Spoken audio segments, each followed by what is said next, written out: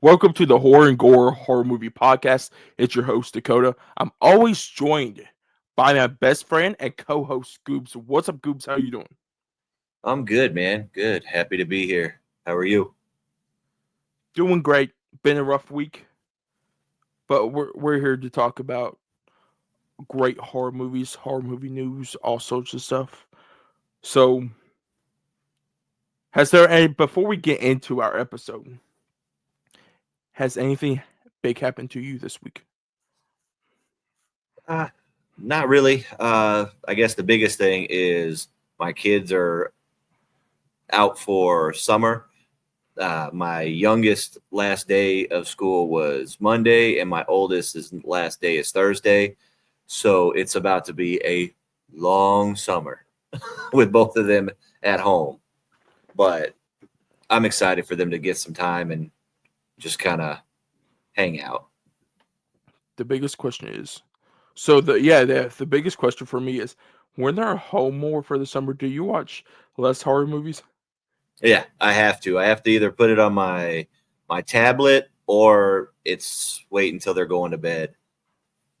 So Because no trauma watches during while the kids are there.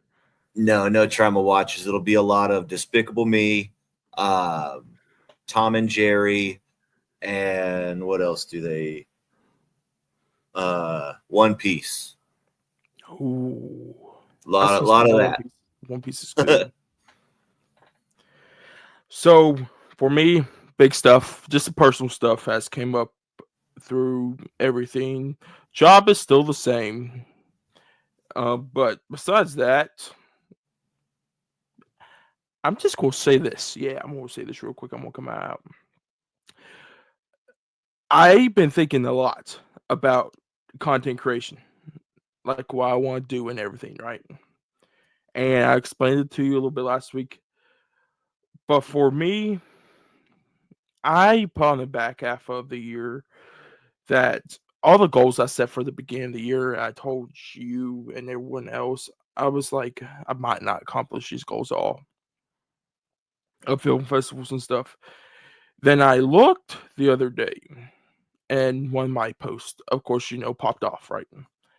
And I got some followers. And I'm thinking if I can keep a track of this, post consistently, and post a lot more, I think I could get a good handle. I think I'm close to like 7,000 right now, like less than 100 away.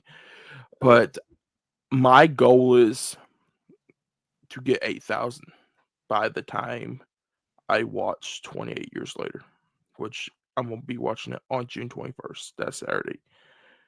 So I want to try to get 8,000 by then. So I'm gonna be working my ass off and everything. And Oh by yeah. the way, I seen you had a good video pop off. So you're nearly at about 2,000 followers now. Yep. Almost. So if you guys are not following us, by the way, go follow us. All our social medias will be down below, our personal social medias.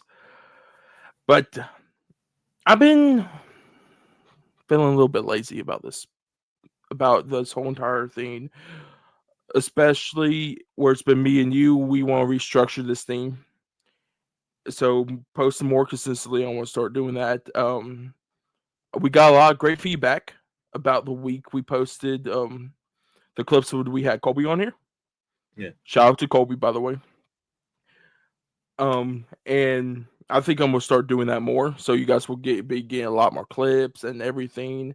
Um, Not only from me, but for Goobs also. Goobs is going to be hopefully start making some clips soon, so both of us will be popping in on our social medias. Especially a lot more collabs on the Instagram. So if you guys are following the Instagram, you'd be seeing more stuff. But besides that, Goobs, let's get right into the episode this week. What have you watched this week? So I started the week off with unfortunately a dud. I finally watched 825 Forest Road, Stephen Cognetti's project that dropped on Shutter a few weeks ago, and it just didn't hit for me. So I'm still excited for Lineage, but we shall see. Then I watched this like horror comedy action called Bloody Hell. It's on Tubi. It's pretty funny. Um, a dude gets kidnapped by a cannibalistic family and has to like fight his way out of their estate. It's pretty funny. Lots of crazy gore, and it's a good time. Then I watched a movie called Bob Trevino Likes It. Not horror by any means, but it is definitely going to be in my top 10 regular movies of the year. It was fantastic. Got John Leguizamo, and it's just a heartfelt movie, and I cried, I laughed. Just a phenomenal movie. Then the two big ones, of course.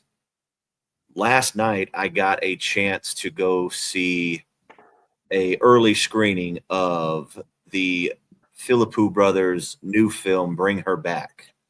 Same people who brought Talk to Me. And that movie is in high consideration for top 1 or 2 of the year. So definitely go see that when it comes out May 30th.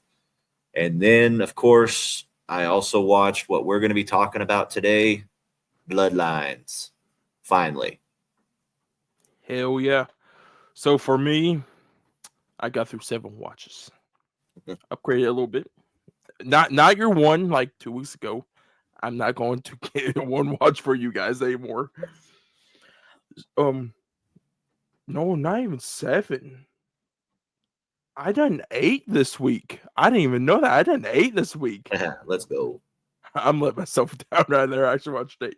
So first off, I finally have watched Peter Pan's Neverland. Yeah, Peter Pan's Neverland Nightmare. That's a tongue twister right there. Banger. I gave that 4 stars. It's actually good. There's some stuff in it. I'm like, what the fuck? I was not even expecting some of that stuff in there. I'm like, okay. I kind of want to see where they can go with it in the Pooniverse. Yeah. Like the Monsters Assembled, and of course, it sounds like they're going to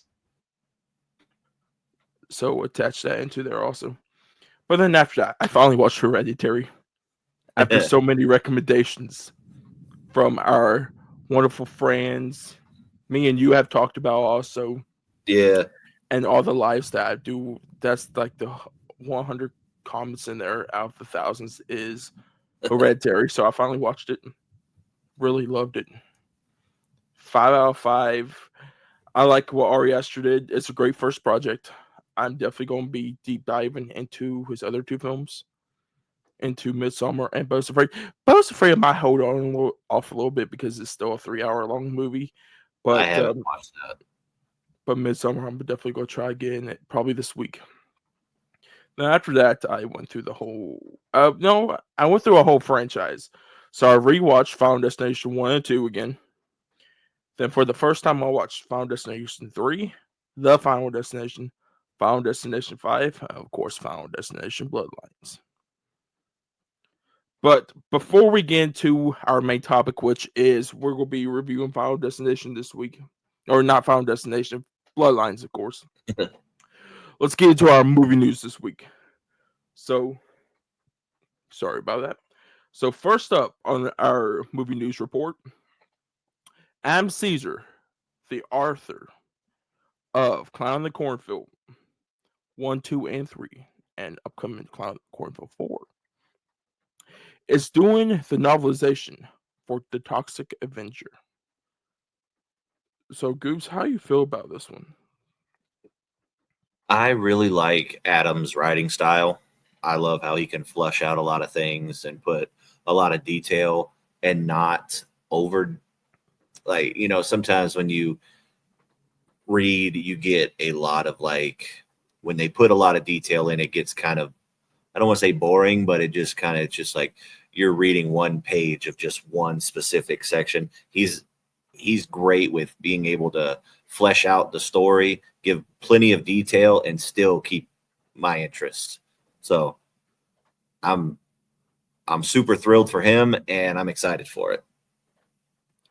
I'm excited for this because I like Clown in the Cornfield, the book, and of course the way they done it with the movie. So, but if you guys haven't yet, go check that out. That episode from last week.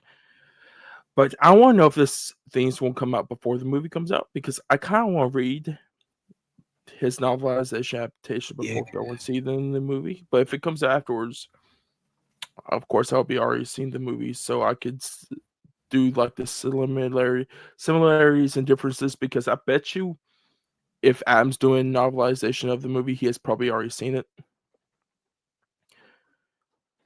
But let's get into our next piece of news. So IFC and Shudder has acquired the USI rights. I don't know what the fuck ITES is.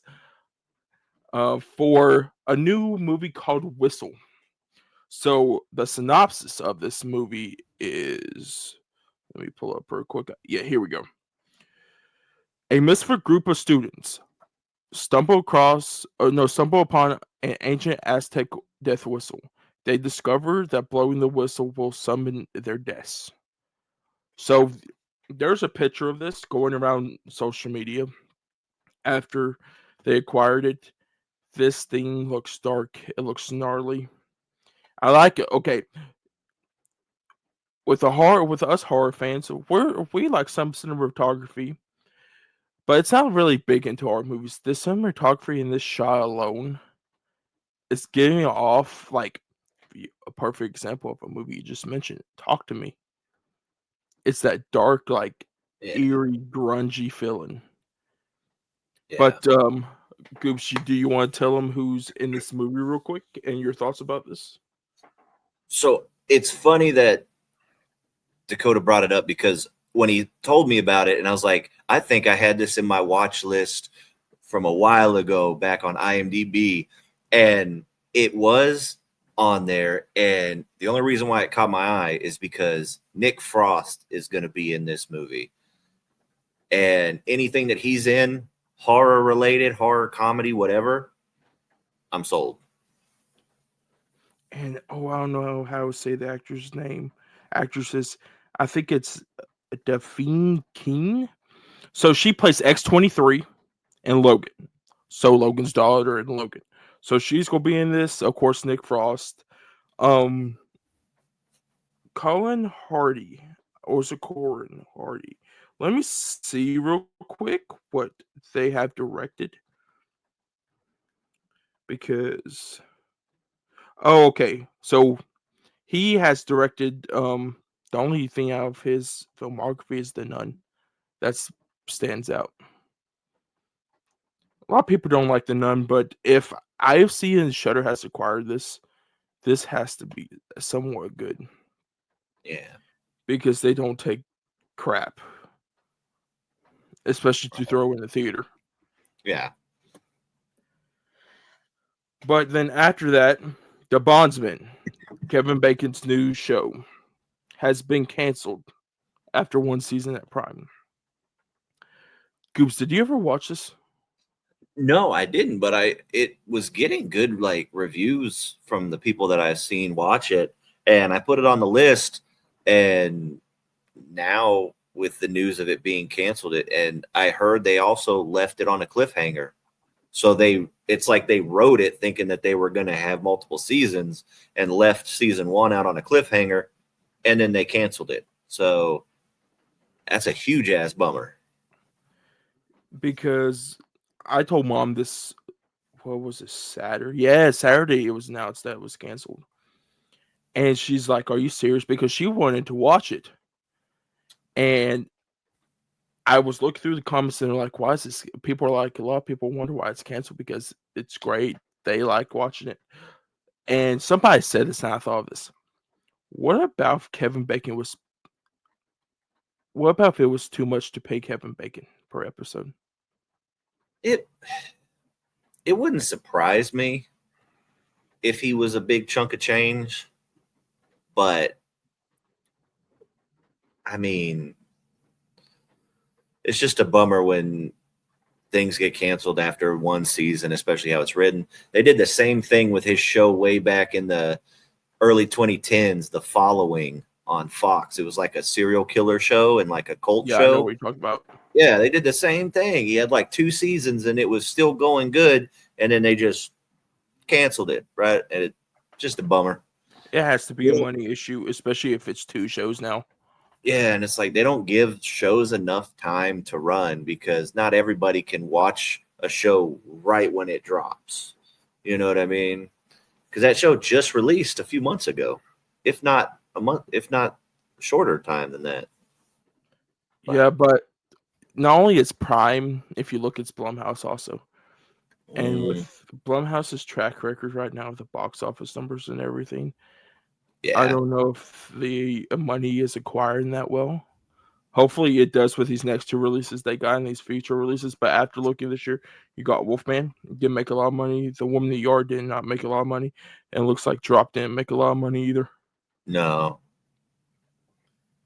So that's probably why. But if you okay, so I was thinking that while you were saying this, if you had the thing of doing multiple seasons of this, and you probably knew this show was going to be good, why did you get Kevin Bacon? Why did you not get somebody that could pay for more to do multiple seasons? yeah, exactly. At least we Then, have Kevin Bacon for the new Tremors reboot that I've heard that is coming out. but is Prime doing that also? No, I don't think it is. The original company bought the rights back for Tremors, the Tremors like IP, and the talks of Kevin Bacon coming back are in there, and I think they're trying to do an I don't know if they're doing like a reboot or like just a sequel to I think is this supposed to the be like a first. legacy sequel? I think it might be, but at least we have that to look forward to with Kevin Bacon. True. I don't know what else to think of what Kevin Bacon's in. That's the only thing I could think of. Oh, if you want a good Kevin Bacon movie, watch uh Death. Oh God, it's Death Sentence, I believe it is. That's the only James Wong movie I need to watch in his filmography. Yeah, bro, banger. That's the last one of his whole entire filmography I need to watch left. So, and besides Furious 7, both the Aquamans, that's the only out of those three. That's the last one that he's done. That's not horror. Everything else has been horror wise out of him. Then for our we already went through our first. Our fourth piece of news: Hell House Lineage has finally got a poster and a theatrical release date of August 20th. So, Goobs, what's your thoughts about this? Poster looked dope. It looked really creepy. I love how they put. Let me pull it back up because I need to get the. It's one of the Carmichaels. Is it? Who's the Yeah. main one? Fuck, what is his name? Is it? God, Michael. Is it Michael? I'm wondering. I haven't watched the Hell House, but I think it might be God, Michael. I think yeah. the first thing I say it's Michael. No, wait, Michael Carmichael. Yeah, but I am so confused now. I know, but I dig it, and like I said, I'm still curious to see what they're going to do with the non-found footage. And I Patrick. mean, yeah, Patrick Carmine. Good lord, but yeah, and the fact that this is going to be the first one in theaters is going to be really cool. And also the tagline, a blood bond rooted in evil. I mean, that's just fucking cool. So I dig it. I'm excited. To be honest with you, a lot of people don't know about this movie. I posted this poster about this on TikTok the other day, and someone was like, "What? Are you serious?" I'm like, "Yeah, it was announced last year." Oh man. I didn't want to tell me it was the last one though. I don't want to break people's hearts. It might be the last one the whole entire franchise. Yeah. Yeah, there's a new one, but it's probably the last one, and it's the only one that's going to theaters. Yeah. I like the poster. I don't have anything else to say because, of course, I need to still watch the first 4 Hell House movies. Do it. So I might. I would definitely before because I think this is, even though this is released in the middle of the week, I think they're doing a whole wide like theatrical release. Yeah. So I would definitely be seeing this if I can get a chance to see in theaters. Then we got finally some Friday the 13th news. Finally, after fucking forever. Yeah. Okay, the Jason. Okay, I'm gonna just say Jason universe. Not technically Friday the 13th, but Jason wise, they have revealed their redesign of Jason. Have you seen this thing? Yeah. I'm looking at it right now. Can I tell you something about the mask? Yeah. They changed it up. The holes. Oh, you won't think this is corny as shit. I heard when I first heard it. It's 13 holes now for Friday the 13th. I see that. I think it was like 11 before, like a traditional hockey mask. They're like, let's just put 13 in here now for this.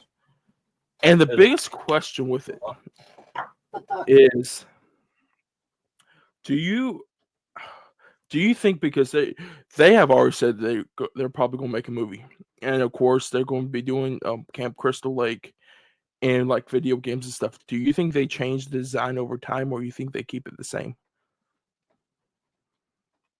I think with them just doing this now, and then with Camp Crystal Lake coming out, I think they'll keep it for a little bit.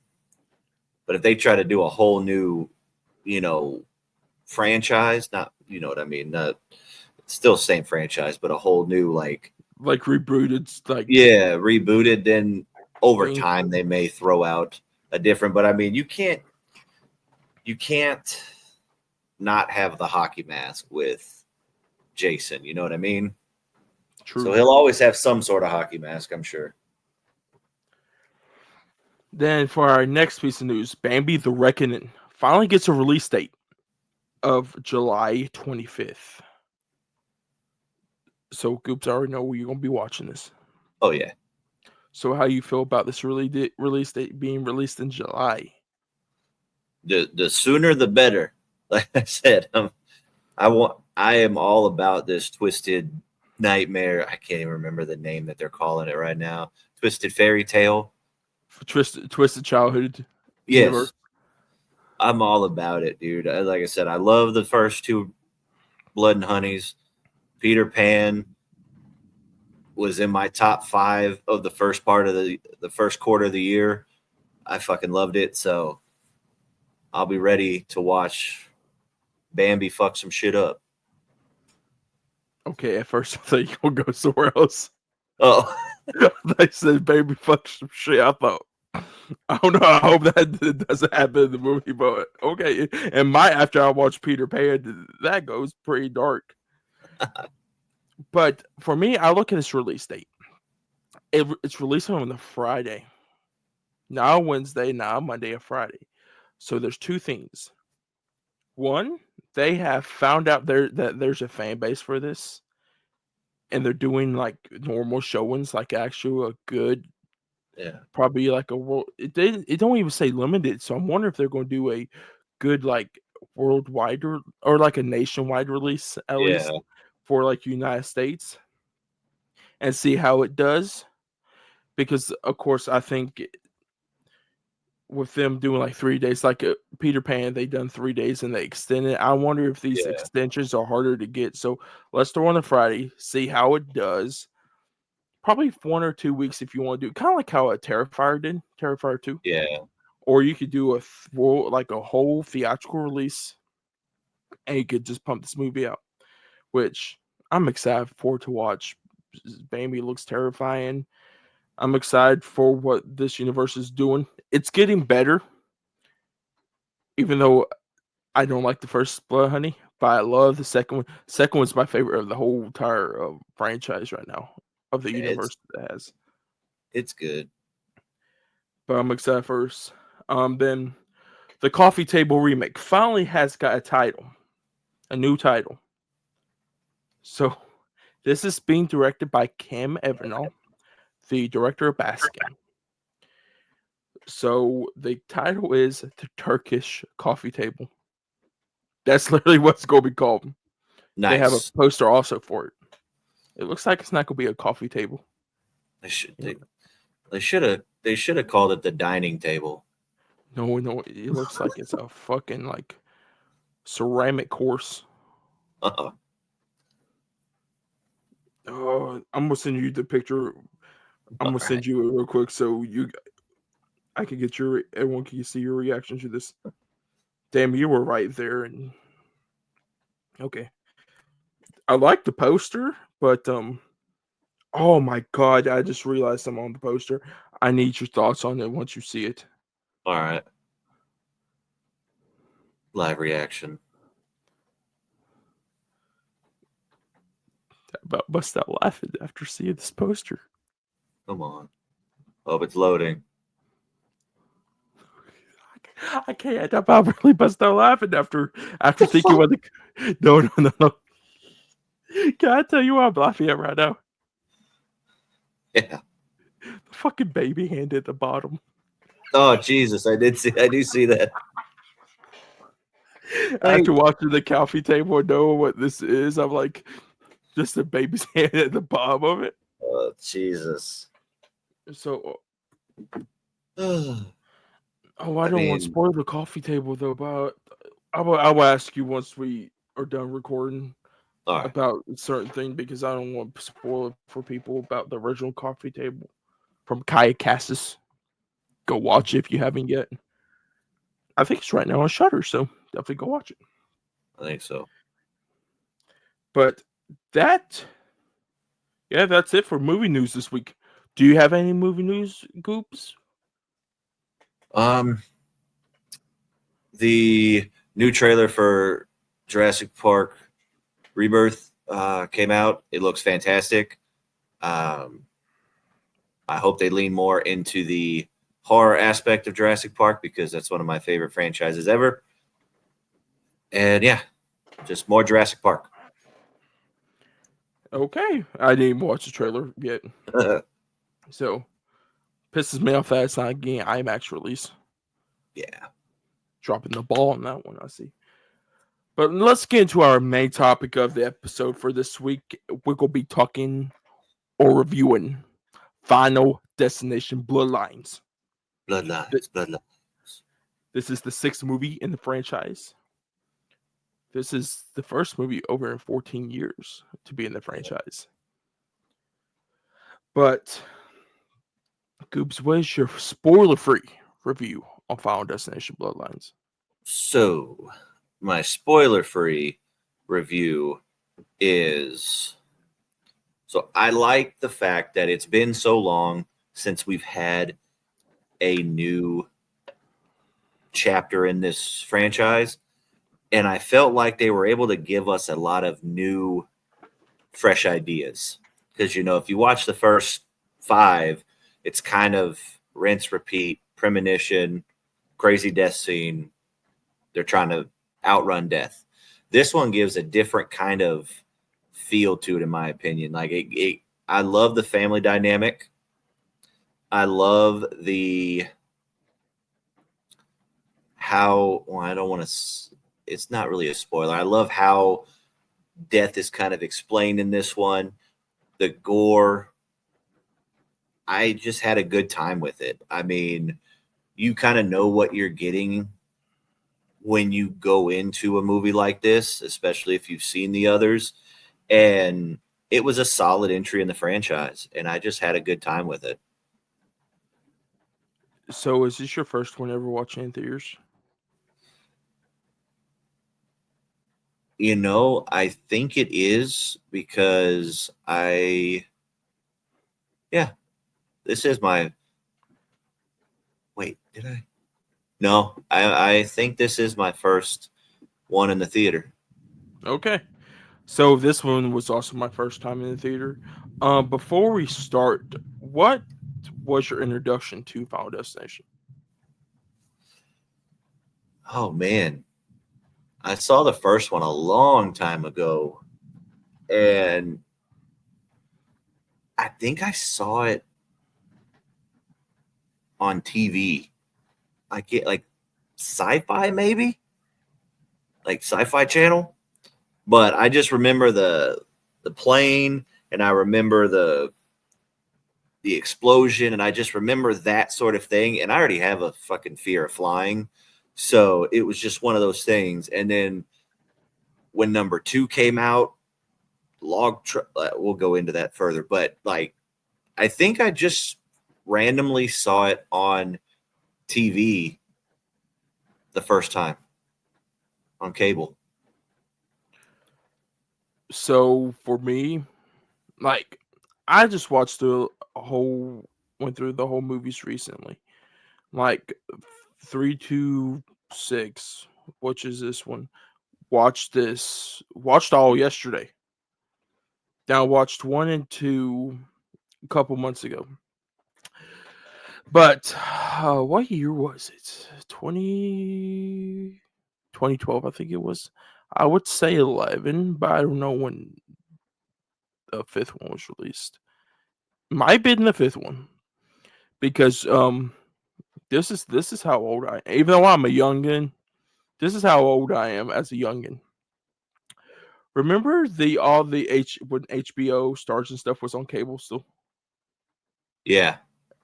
Now we're in the age of streaming where you can download like these apps. So after like a couple months of like them being out on physical media and like pay-per-view, when you actually had to like but not go to Voodoo and something, like actually go on your cable provider and actually like rent it right there. A lot of these movies would go on Stars and stuff, and this is terrifying. It was if it was 2011, it was my 12th birthday. It was on my 12th birthday. My little brother at the time, which is 8 years old, decided Final Destination 5. Let's put it on. Yeah, he put it on. I watched some parts of it. Fucking terrified the shit out of me. Yeah. Oh, the premonition scene. The first death of when the girl goes through the spike on the boat. Oh yeah. Falling. Jump scared. That and when Peter gets killed. Now Peter and Sam gets killed in the premonition by the slicing the pipes off the truck. Yeah. Oh, that scared the crap out of me. And even the ending, which I don't want to spoil the ending right now because we will talk about that probably later when probably parts of the franchise and do our ranking. But that's when I was first introduced to it. I always knew about the movies before, like especially like Walmart. You always see the 4 because especially before like I just where is it? I don't have it near me, but like the 5 DVD set or the Blu-ray set. Yeah. You know how it was always like the 4 Blu-ray DVD set for the longest time.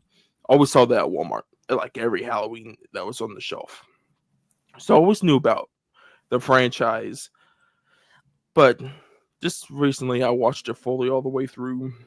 But with Final Destination Bloodlines. So I saw the scene in IMAX. I'm just going to say that out there. And before I get into all the IMAX stuff and everything, this movie is really damn good. For it being after 14 years, there's a lot of franchises after 14 years, especially when it's not reboot or nothing. It kind of loses steam. It don't have the traction like it used to. But this is the one time when a movie after 14 years is better than its predecessor. For me, for me. The kills are great in this. It's gory as fuck. It's the most goriest I think out of the whole entire franchise. I like the premonition. The music in this. I like the music, especially going back to like was it the 50s or 60s? Yeah, 50s. I like the whole entire thing. I like the story in this. A lot of our Final Destination movies, we don't get that well of a story. But with the family aspect, you have a good story. It fleshes out the characters a lot well. Like a lot of these people in this franchise, you don't care if they die or not. You don't have like a feeling for it. But this one, you actually had it seemed like a feeling for some of the people when they died. Yep. And I just like the whole entire point of this movie. This movie is so damn good, and like I hope they do some more sequels to this or more Final Destination movies. I I think they will. It made like $102 million this weekend. So Yes. so they definitely gonna pump out another one for sure. And I'm just gonna say this: Tony Todd's scene was sad.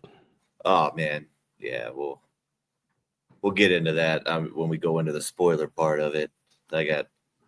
Yeah. But I don't want to spoil where I have this in my ranking. But all I know is I love this thing. Yeah. But let's get into spoilers real quick. So if you guys haven't watched Final Destination, no, but before we get into spoilers, I was going to talk about my IMAX experience with this movie.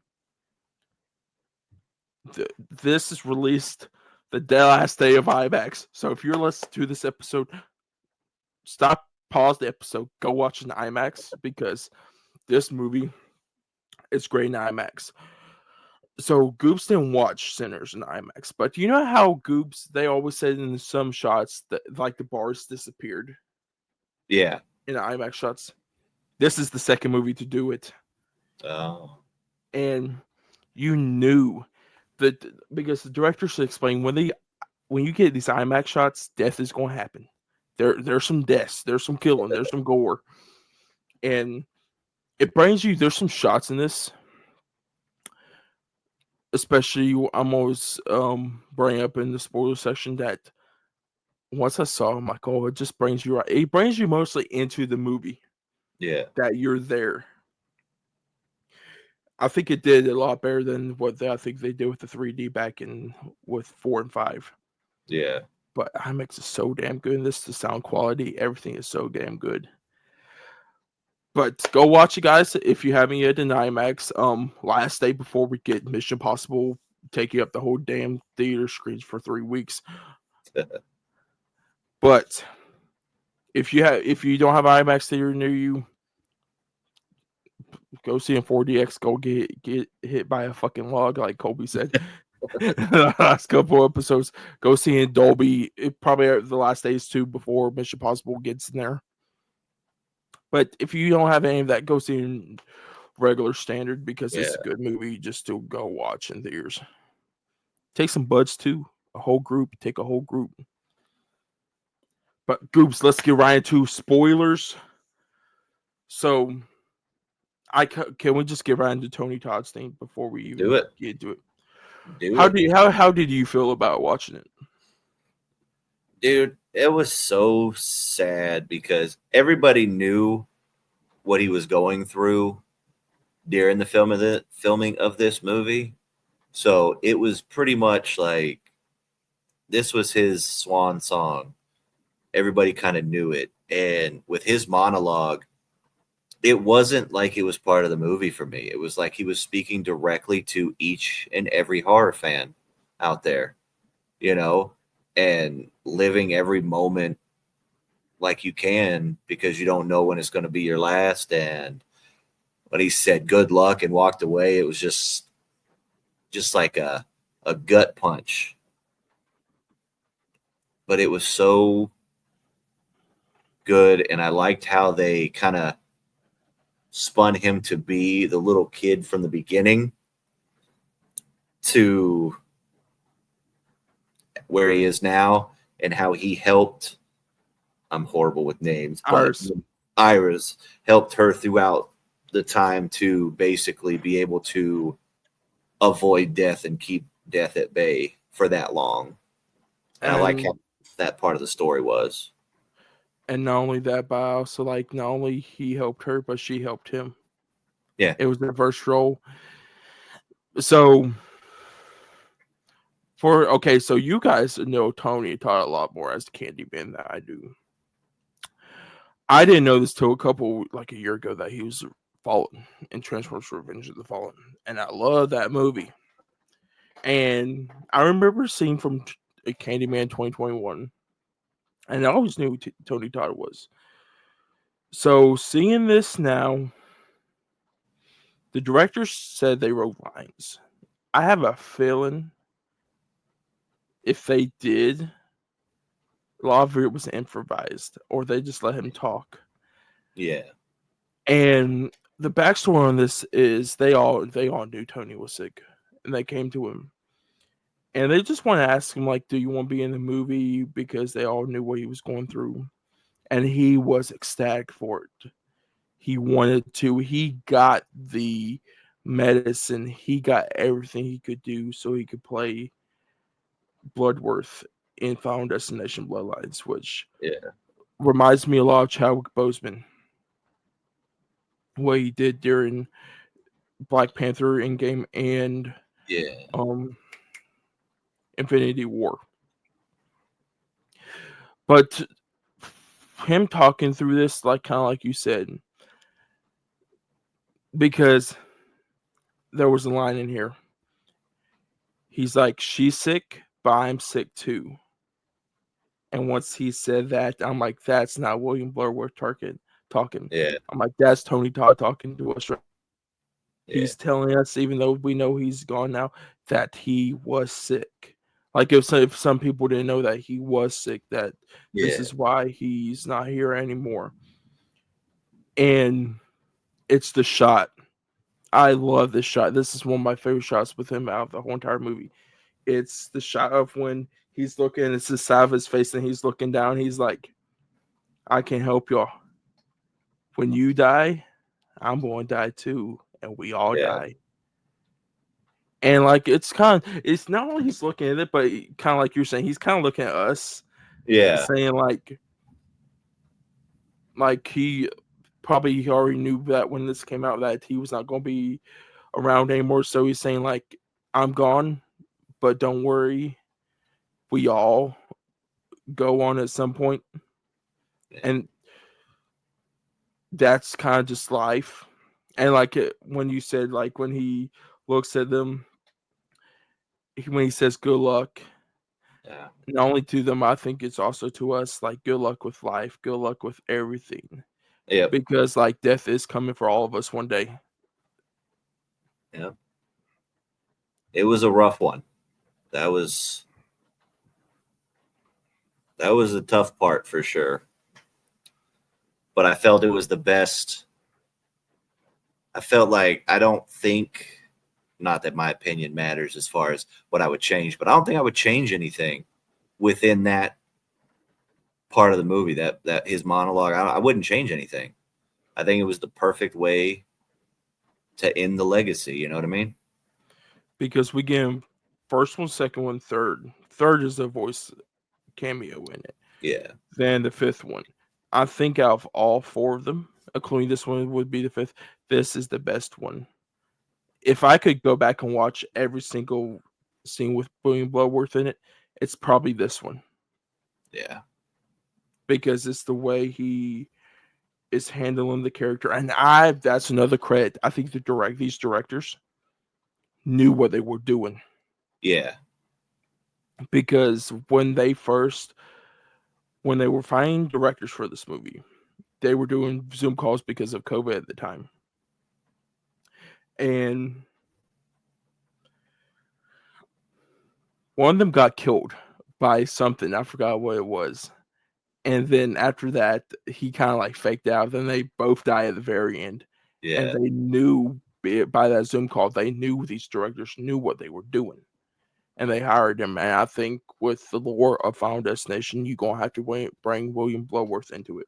Yeah. And they knew what it was, and they knew how to do it.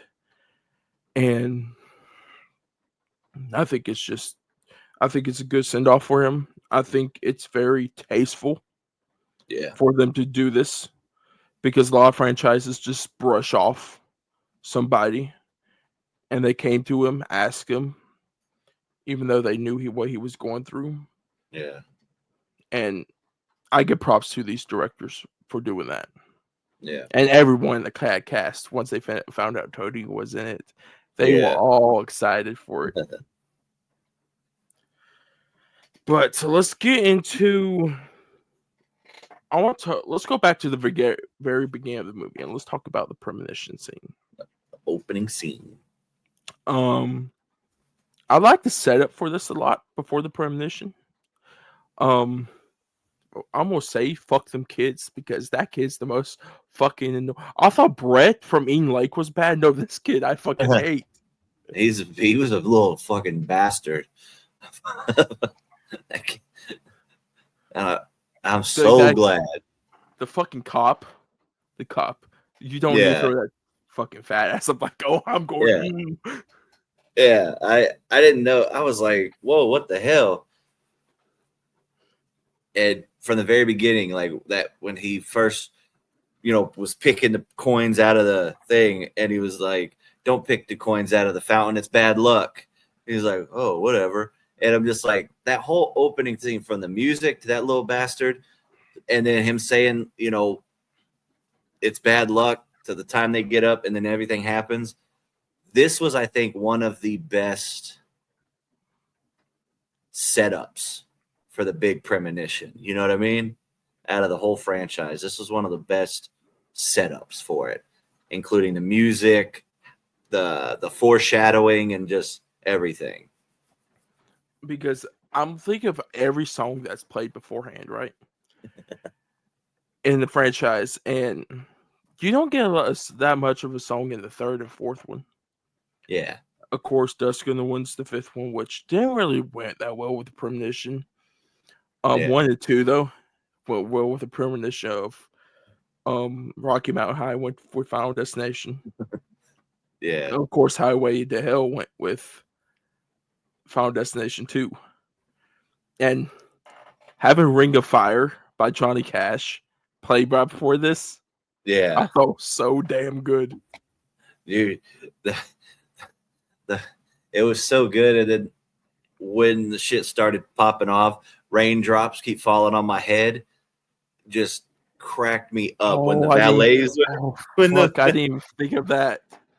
when the Oh valet yeah, I starts know what you're standing there talking with about the now. thing, and then the bodies just start dropping with the rain falling on my head. Like it was such a good setup, and the music choice was Chef's Kiss. And not only that, but the way this movie looks, especially that once you get to the sky view and Yeah, the whole entire thing of like, even because you could tell that this is like later in the afternoon, yeah, and the oranges and the yellows just mix, especially being the look of the because for some reason I think this might have been actually CGI, but yeah, it's damn good for CGI. It's not like bad CGI. yeah. That part was definitely good, and I don't know if you caught the very first song when they're in the car. And it's funny that you brought up like the sunset and like the yellows and everything. But the first song as they're going over the train tracks was Bad Moon Rising. Yes. When And it cut off, I'm like, why? I'm thinking you could just kept playing this song the whole entire time. yeah, I'm into it. so it was just like the perfect from this to from Bad Moon Rising to Ring of Fire, and then fucking raindrops are falling on my head. It was so good. And then when she finally gets up, or when they finally get to the elevator, and you're just like, they're just pushing people in, you're just like, this is not going to end well. Like, where is this premonition going to happen? Excuse me. When is this premonition going to happen? Because it was setting up for it the whole time. Did you get anxiety during that whole entire scene? Oh, dude, I am terrified of heights. Like I am terrified. And so when they were going up, and especially when she went and stood by the window, I had fucking butterflies in my stomach because of that. Like, too much anxiety. So when when he takes her blindfold off and Iris looks up, that's Uh-huh. when the IMAX shot like expanded. So from Uh, that to the end of the premonition was all full IMAX. So her looking oh, out the window and the elevator, everything, a full landscape. I'm like, because yeah, I've like overcame it a little bit, but still seeing like really tall things, like really high places, still bothers me a little bit. yeah, But once they get up there, the thing I the thing I really enjoyed about this is, of course, how we get connected to Bloodworth before we find out is that she's nervous and she says she needs to go to the restroom. Yeah. And first of all, I'm thinking, why are you puking in the trash can outside the bathroom? And his mama comes up. Yeah. And she's like, "Oh, are you expecting?" She's like, "No." And I understand why now. Why she didn't want to tell her, because back in the 50s, it was not good to have a child out of wedlock. Yeah. We're looking down on. But I was going to ask you this because it just came across my head. Do you think Bloodworth's mama did not like do anything to it because, of course, it's the 50s, it's the time of segregation and everything, or the start of that? So the judgmental of her just like just goes away. Yeah, I think the reason why she kind of, knew or asked, how far along are you, is because I think it's just women connection in general. Like women, especially women that have kids, they know when another woman is pregnant or something like that, and they know kind of the signs. And just like you said, I think she didn't want to say, that she was, because, and why she was scared to talk to him about it and say, hey, I'm pregnant, is because they weren't married yet. And it was kind of, like you said, frowned upon within that particular thing. But I think the connection there was just because of mother to mother. And I may be reaching, but then when the premonition kind of starts happening, and who's the one to save the little boy, It's ours. JB, it's her doing what mothers do in protecting children. And she was doing that, through the whole time once his mom got burnt up. Yeah. That was rough. That whole premonition was rough. Yeah. But then, of course, they get up there. He proposes to her, and he's like, "I won't be with you for the rest of my life." She's like, "Us." I'm like, what's his reaction? And he was so happy. And then Yeah. you get the little fucker over in the corner with the coins. Man, and for how it started, he says, "Don't you throw that penny off the ledge, you'll kill somebody." And he's like, "Yeah, fat ass." And then when he does it, how he throws it, and then it fucking gets sucked back from the AC vent, and then it stops, it gets stuck in there, and it was such a cool way to get the dominoes to start falling. You know what I mean? That from one little penny, and then the chandelier piece hitting the dance floor. Because a lot of Final Destination movies, it's not like one thing happens and it's like a circular thing from the premonition. This had a bunch of setup for the premonition, and I really enjoyed that. Like with the coin being stuck there, getting shot out, turns on the oxygen or whatever it was, the flammable gas, and then it goes into the heater vent, the air vent, which goes into the sky view tower. Then the guy. Okay, I understand that you were dancing up there, but why the fuck do you have a hibachi chef up there just cooking up the hibachi? I know that, and I love the flame, the flambe stuff.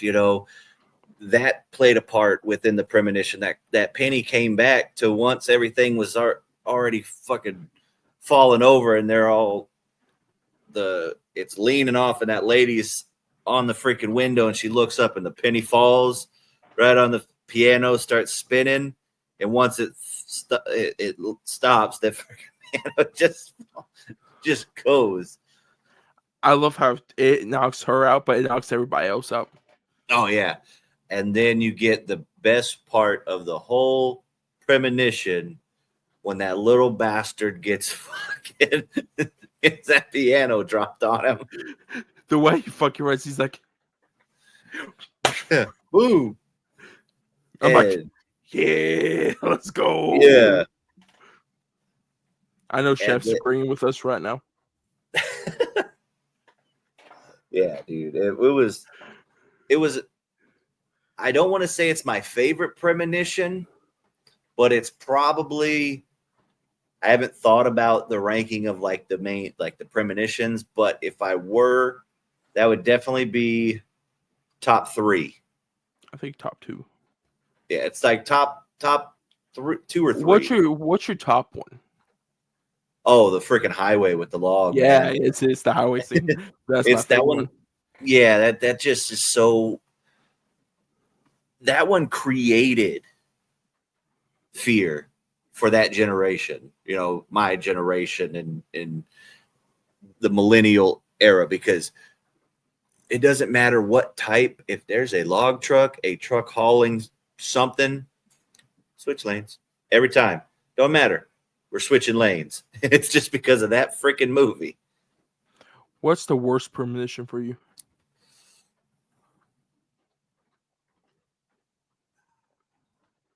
NASCAR. I'm either gonna go with this might get some hate from people. I'm gonna go either the bridge or NASCAR. If NASCAR wasn't all CGI, Yeah. it would be up there for one. But that CGI kills a lot of that. Yeah.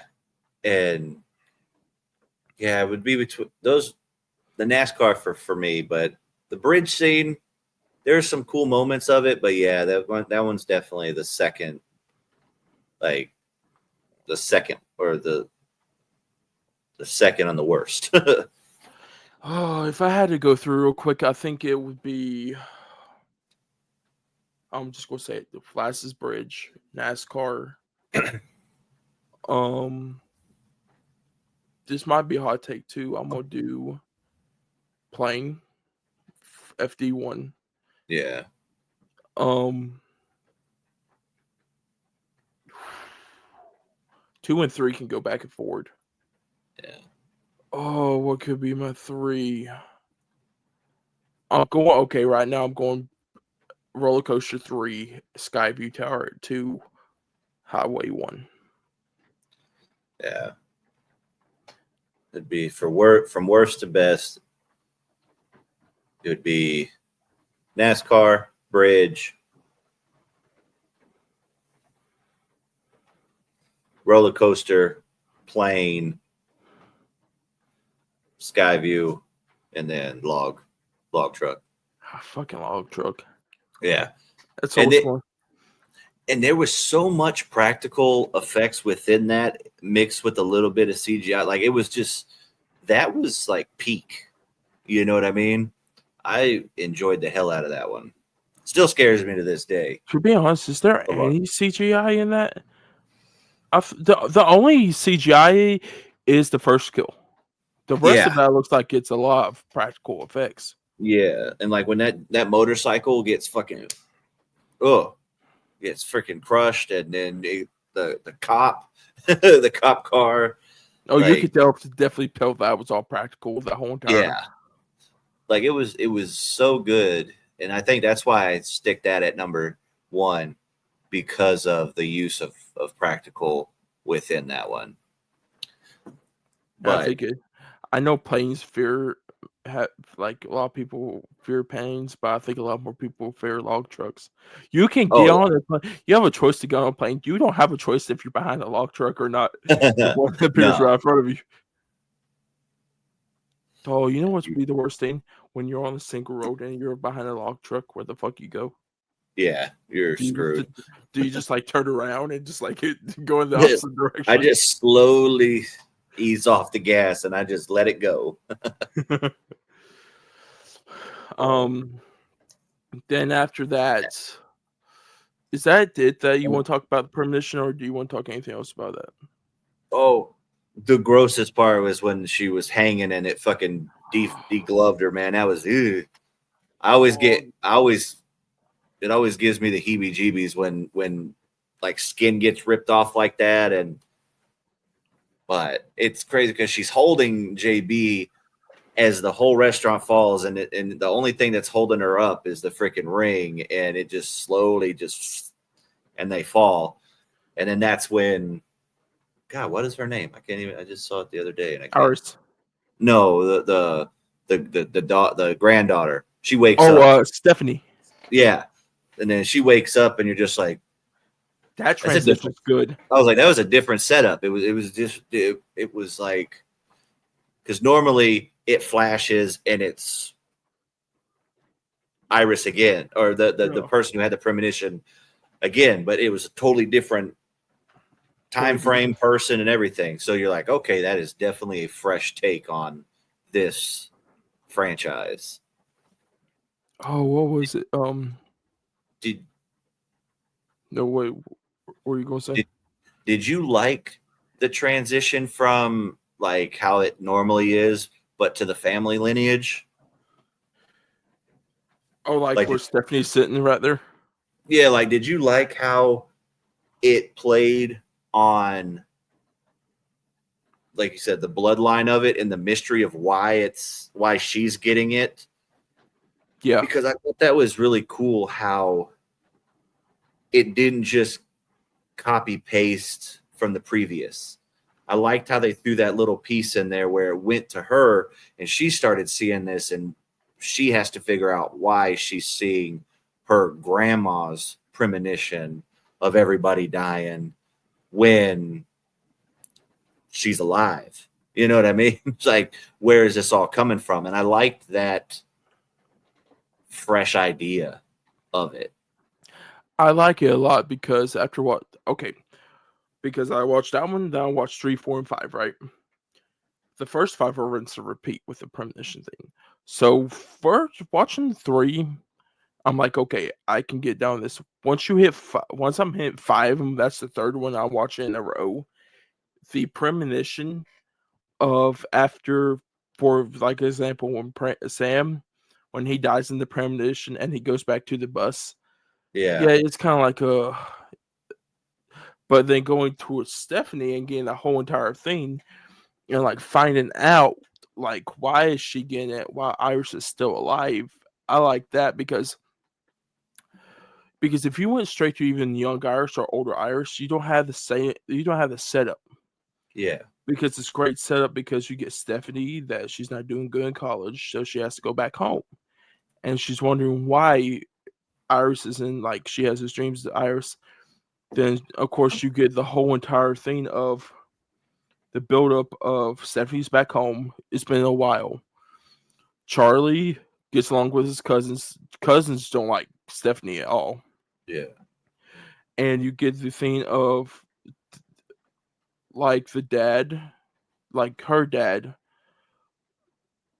they don't want to talk about Iris. Then you should talk to her Uncle Howard. Uncle Howard went from really nice to not liking his mom at all, and thinking that she's a nut. Yeah. And going from that whole entire thing, I really enjoyed because that was it 10 minutes, and it was good 10 minutes of setup because you knew the characters, you knew everything about them, because you knew Charlie was going to go to the prom soon. Julia's kind of a bitch. Oh, to Stephanie. The biggest. Bobby is trying to find Paco. Yeah, find his goddamn turtle. Fucking Derek's just laying on the couch. Yeah. I am not going to move for Paco. Then who else is there? Charlie? Yeah, that's it. Yeah. Because there are more kids. But then you see Uncle Howard out there mowing the lawn, which foreshadowing right there. That's some great foreshadowing in this movie. Yeah. Yeah, this one, like I said, the other ones that you get when you get like the friend group, because it's like there's always that one like asshole friend that doesn't believe anything, and they're just like, oh, it's whatever, you're crazy. And it's like they don't. Then you have the ones that kind of like, oh, maybe you're just imagining that. There's not like okay, well, we need to work together to see what's actually going on. because everybody's kind of out for themselves when it's a friend group, but when it's the family and that you know, you get like that family bond. Yeah, I understand what you're saying because it kind of you're explaining like the whole entire friend, like the friend thing, but for the family, they think all of them think Iris is crazy. They think the mom's crazy, and then they think that Stephanie's gonna go crazy. It's no groups. It's like they are all thinking one damn thing. Yeah, and they all have to experience this to finally kind of see what's happening. And then when, oh man, poor Uncle freaking Uncle Howard. Howard, man. No, can we go before Howard? Can we go talk about Iris real quick? And that whole Oh yeah, how we it need sets to. up everything. Yeah, I got something to say about this part too. So yeah. Of course, the fucking mom. Oh my god. If you want to go dumbest character in the movie, it's Howard's wife. Tell Stephanie how to get to Iris. There's another part of this whole entire movie once he gets through. I got spoiled about that on TikTok, but I kind of wish I didn't get spoiled because that would be funny as fuck. You think of to see that in theaters. But tell us where Iris is. So Stephanie goes out. Iris really lives in the middle of fucking nowhere. She keeps on going. She looks like in the middle of the woods. What did the fuck did Iris do? Become Paul Bunyan and cutting down trees out here? Looking like Laurie Strode in Halloween 2018. And tell me that cabin isn't the biggest fucking death trap ever. Like for somebody, for somebody who's trying to dodge death, you literally have spiked fucking things lining the driveway, lining the house, like. But this is what I wanted to say, because you look at it and go, man, you're trying to avoid, crazy deaths like this, and you're living in a place like this. What I liked about how they kind of portrayed death is that it wasn't like a freak accident.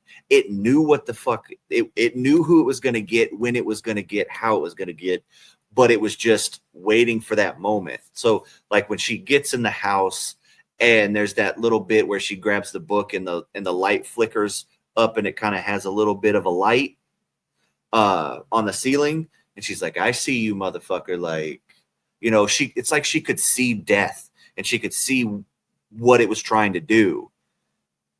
And so I liked how it wasn't just a freak accident. Like you kind of knew what was going to happen. Like they kind of knew what death was and what was after him. You know what I mean? Yeah. I like the whole entire thing because a lot of times we don't get that. Yeah. Especially the only area we get that towards, and when I was rewatching one before I went to go see this, I thought when Alex is in the cabin, when he's in Claire's dad's cabin, and he booby like it sets up the whole entire thing. Yeah. I thought of this too, which could be like probably a homage from that. Yeah. Which, like I told you before, I think these directors know what they're doing. Yeah. The one other thing with Laurie Strode, you know how in Halloween 2018, the reporters come up there and they talk on the little box and they're like, "We want to talk to you, and it's the money." Yeah. Stephanie comes up. You're not wrong, Iris. Hello, how are you doing? Get the fuck away from my house. Yeah. She's like, "Oh yeah, I'm your granddaughter." Opens put the phone in the thing. Yeah. What the fuck you think? What's gonna hurt you? It's not you. It's not you. It's something else. Yeah. And I liked how when they had the conversation, she sees all these dreams and she sees like what happens, but she still doesn't believe Iris and what is actually. I mean, she's laying it out there. This is what happens. Here's everything. Here's my book. Here's the study. And, you have to study it to make sure that you're safe. And then she's like, no, I still need to live my life. I need to go back to school. I need to do this, that, and the other. And then that's when you find out. And she's like, I'll come back. And that's when you find out that Iris has cancer and she doesn't have a lot of time in general. With that whole entire thing, rather, I kind of thought so, like the whole entire thing. She's like, probably where I have cancer, like the premonition is going to you now. Like that little thing of like how it Yeah. can connect right there. I like how they put that in there. Instead of being like, oh yeah, you're probably my granddaughter. That's just why you're getting the premonitions. Being like, death is already dealing with me, so it's going towards you. Yeah. Yeah, maybe the cancer derailed his plans to get to me because it's going to die sooner than what death originally has planned for her. And that's why I think like death is its own entity in this one, almost kind of like a spirit kind of thing. Yeah. Which after 5 before and then a 14-year kind of gap, to have a new fresh idea, I thought was really cool, and how they did it. And Because with the whole entity thing, I felt that too. Because after watching 5, just like about maybe an hour or two ago, it feels like they're just getting into freak accidents for no reason. It's not yeah, like something's there. yeah, Where here you can, it's kind of like Final Destination 1 and 2. You can see the death roaming around and stuff. yeah, And especially like, what was it? The light that the wind hole yeah, when Stephanie pulls up and it's the wind going around yeah, and everything, because it's quiet as fuck until she gets there. yeah, Because it seems like to be honest with you, Iris might have been stuck in the house the whole entire time thinking Death's been with her. What about Death has been with Stephanie and traveling with Stephanie the whole entire time? yeah, yeah. I think that's why she started getting because she said that if I'm not mistaken, she said that she got her cancer diagnosis like a few months before, and then that's when she started getting the dreams. So it's like Death was like, I already know this lady's gonna die, and it's not gonna, and she's got kind of like the booby trap thing. I can't get to her. I'm just gonna go to the next of kin and start fucking with them. Because he won't go to the daughter because Death already knows the daughter's prepared. Go to somebody that's not prepared at all. Yeah. And I think that's probably why they skipped it, because Howard, even though Howard don't care, he kind of probably prepared. Yeah. I forgot the mama's name, but then Charlie don't know how to be prepared. Stephanie don't. Eric don't. Bobby don't. Julia don't. Yeah. Because they know their grandma's crazy. Hell, Yeah. Charlie and Stephanie didn't even know that their grandma was alive. The rest of them Right. did. Yeah. And then the and why I think that it was like its own thing, she gave him the opportunity to take her out when she finally stepped foot out of the cabin. And, she basically was like, all right, you can have me now. Like watch and see. Watch this and see. And she took a step back and then right through the mouth. Oh my god. Watch that in IMAX though. You see that piece of rebar going through her mouth. Yeah. Even though it's like the bird thing, it looks like a piece of big ass rebar going through her mouth. I'm like, oh bro. Yeah. Another transition with Stephanie screaming, and it goes to the does it go to the I think it's a the funeral. neighborhood? No, it is the funeral, because it's the neighborhood for Howard, right? Yeah, because you get they're in the funeral, and Eric, did her head really explode in front of you? Dude, this one also, can we just say that this one might be the funniest one of the franchise? Yes, it is. And he was definitely Richard Harmon, the actor who played Eric. He was by far the best part of this movie. To be honest, him and Bobby, Yeah. best two part. Yeah, I love Bobby's stuff. Yeah. Where's Paco? And to the other part, I was about bust out laughing. And then I know did you watch the trailer for this one before it came out? Yeah. So, and then it goes into the backyard scene where they go to the barbecue and stuff like that. And that's where they where they kind of showed the trailer with the ice and the broken glass, right? Yeah. Yeah, because I had no idea what was happening. I saw that, and then I would always look away. So this was like a fresh kind of thing. I'm like, how is this? So you thought somebody was going to swallow the ice? Yeah, I thought somebody was going to swallow the ice or something. And then, she started coughing. I was like, no, that's not. It's too early. You can't do that. And then Julie's like, oh, it has a bug in it. And then I thought it was going to be freaking Stephanie's dad, because he picked up the drink and how she's kind of driving the car back to the house, because she was at her house while they were all at Uncle Howard's house doing the barbecue and stuff. She was looking at the book and everything, and she's driving and it says danger ahead or caution ahead. And she's trying to call her dad, and he picks up the drink with the fucking glass in it. And it was just almost like a fake out. So go ahead. No, you can finish real quick before I say my thing. I was gonna say it was almost kind of like a fake out. Like you would think that it was going to be glass swallowed or something in the glass, but it was something totally different. And I love the fake out for that. So while you're watching this movie, you don't think of this, but after watching it, it's her bloodline, right? Stephanie's dad is not in the bloodline, so death can't affect him in any way. Yeah.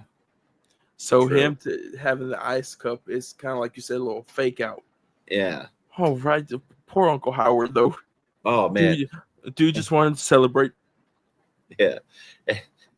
And speaking of her dad, Stephanie's dad, I thought it was hilarious that all of a sudden that fool just was nowhere to be found.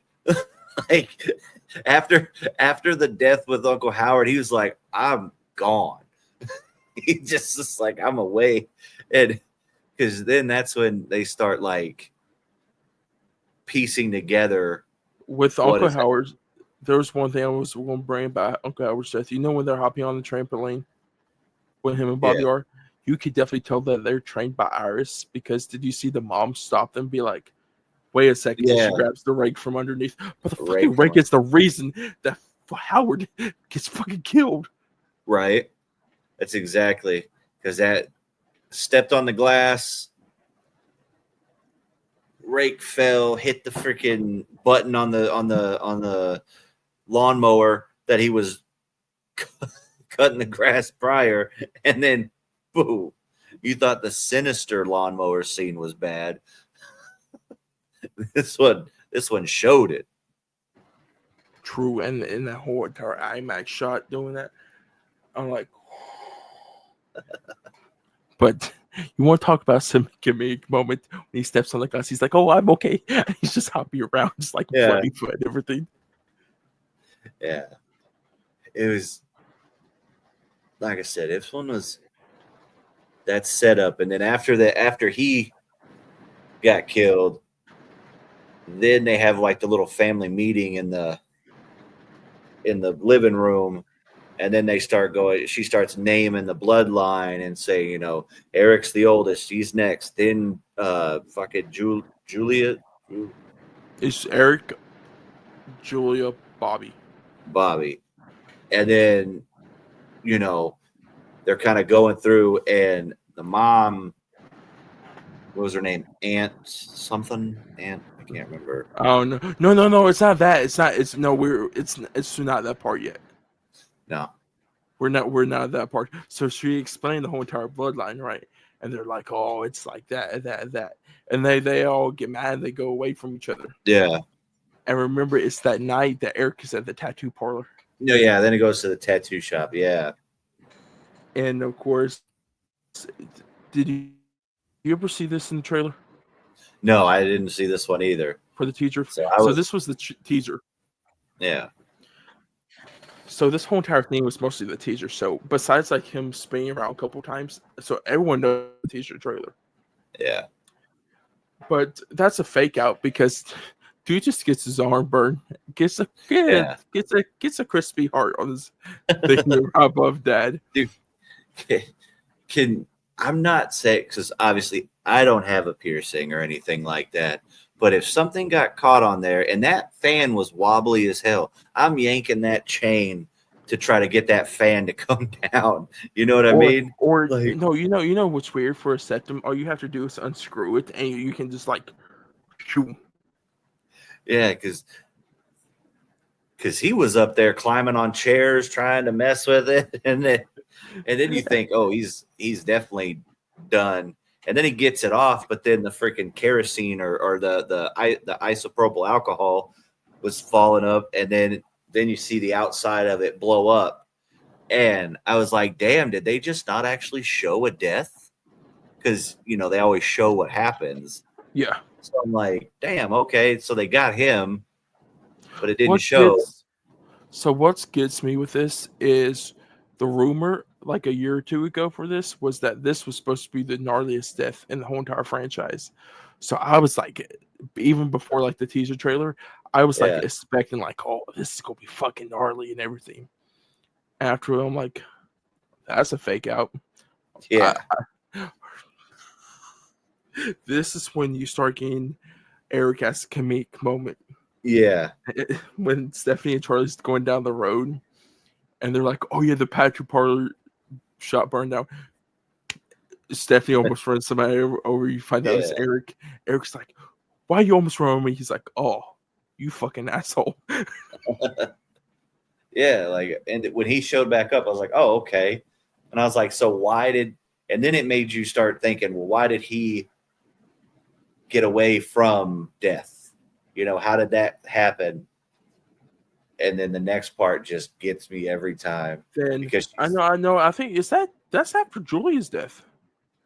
so yeah, so when they go, she's like, how did you survive? He's like, oh, I don't know. I was wearing my leather jacket. And then they're going down the road. He's like, watch out for that leaf blower. Watch out for that soccer ball. And she's like telling him, watch out for all these things that he's seeing. And then, watch out for the garbage truck. And he's like, oh, this truck. And he starts like humping it and licking it and shit. No, I love it. He's like, the other thing before that, he's like, yeah, a soccer ball can cause a really painful, tragic death. I'm like, you asshole. Right. Then the trash can. It's the licking for me. He's like, oh, yeah. Over here. And then you have Julia come out ready to go for a run. And, she's just being a real bitch. We're tired of your talking and blah, blah, blah. And then she goes for a run. And then you just see in the background everything that they passed by. It fucking happens. Leaf blower shoots up. Soccer ball gets kicked into her head. She flips over into a garbage can, and the garbage can picks her up and gets fucking folded. What kills me is the garbage truck driver. Oh, swiping on the date. Whatever kills you makes you stronger by Kelly Clarkson in the background too. Dude, the music choices for this one were fantastic, dude. From top to bottom.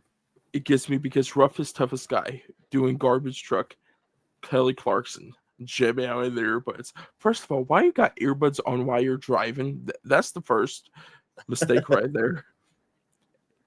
Eric's running, Charlie's running. Stephanie must be like an Avenger or something for climbing on that trash truck while it's moving. To be honest with you, I think Julie could get out of there. But when Eric and Charlie stopped the truck, do you see how it bounced her back into it? Yeah, it bounced and she fell back down. And then, of course, her head gets squished. Her arm comes off. Gnarly as fuck, though, even though I think that's CGI. Yeah, even though that part wasn't as egregious as some of the other uses of CGI, you know what I mean, throughout Yeah. the movie. That one wasn't too bad. Then we get to Goop's favorite scene after that. This is your favorite scene coming up. Where they're Which having one? the family meeting. Oh, This is the family yeah. meeting.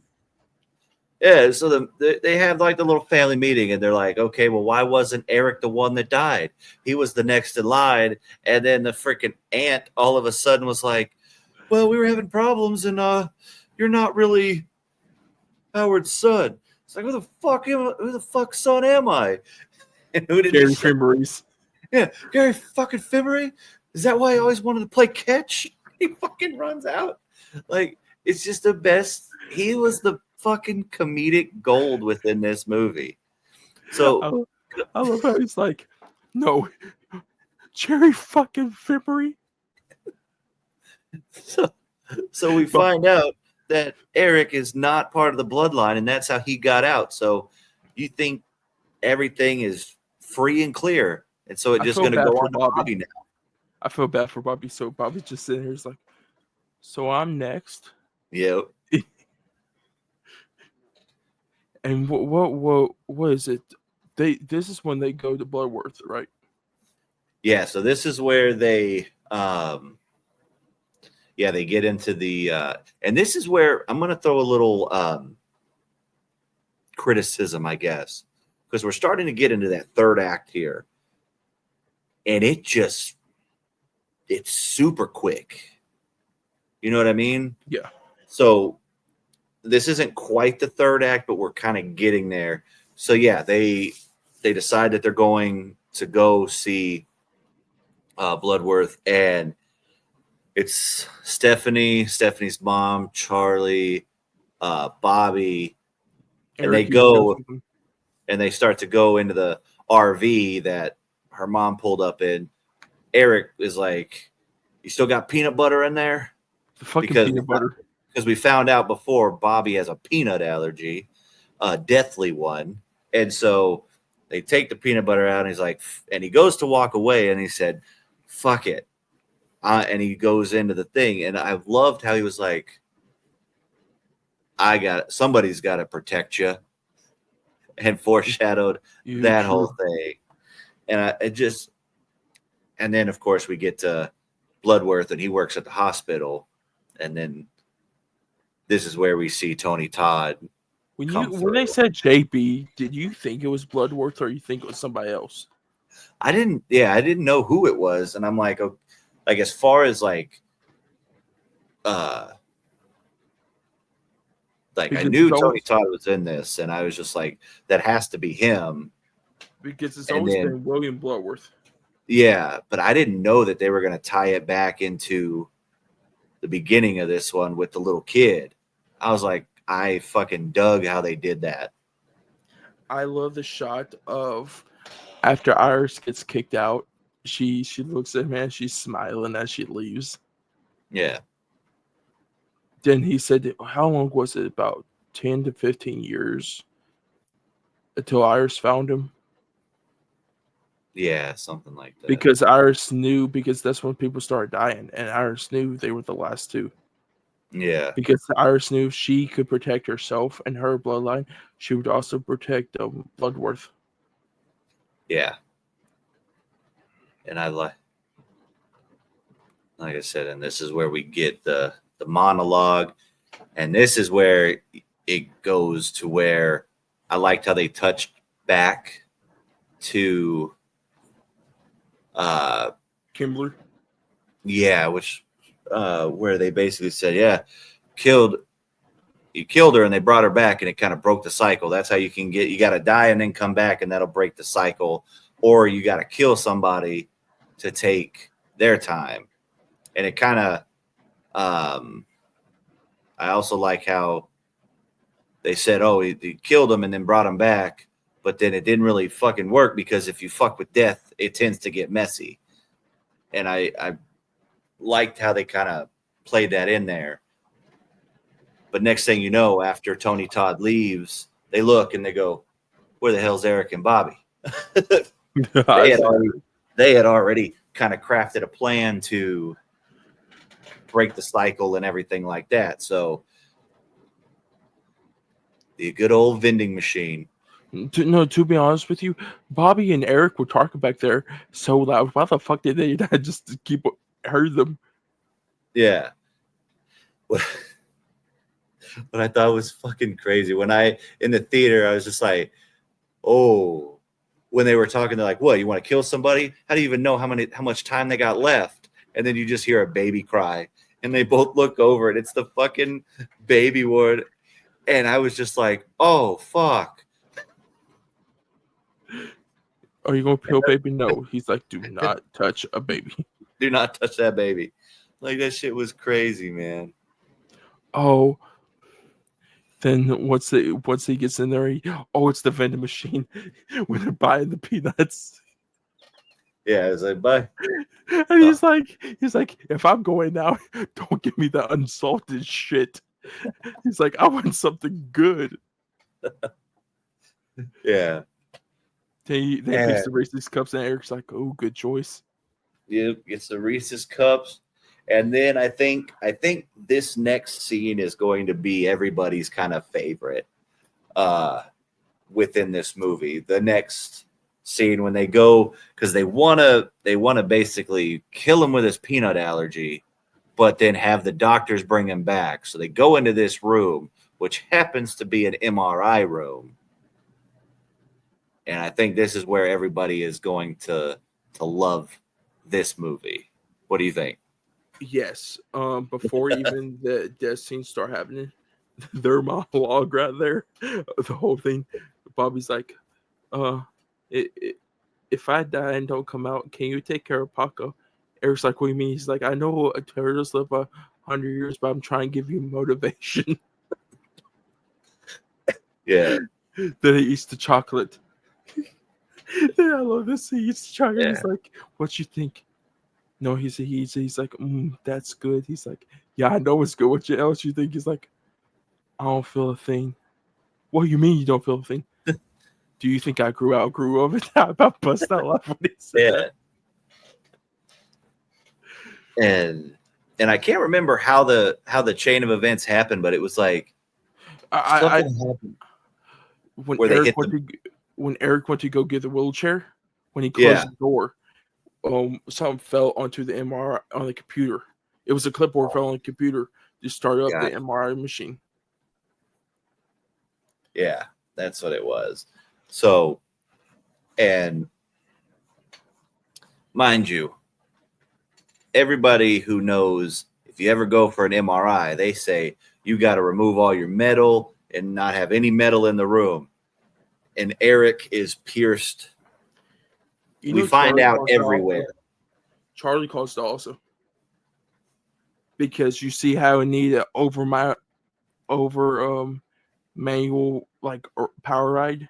Yeah. When that phone flew back there and hit it, it overrode the rest of the power. It stopped it at the time, but when the phone flew back there, it pressed that button for the override.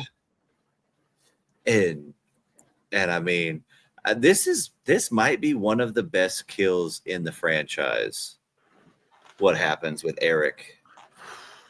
So as the MRI machine keeps going, more power, all his piercings start to get ripped out one by one, from the ears to the nose to the tongue to nipples, and then the good old Prince Albert. The good old dick twist. The good old dick twist, because that shit started ripping out. And then, but I don't know how this is going to sound. I wanted them to show it fully getting ripped out, but it sucked because the wheelchair comes and smacks him in the ass and then fucking crushes him into the MRI machine as he's just getting pulled and just crunched the whole time. I wanted to see that dick come flying.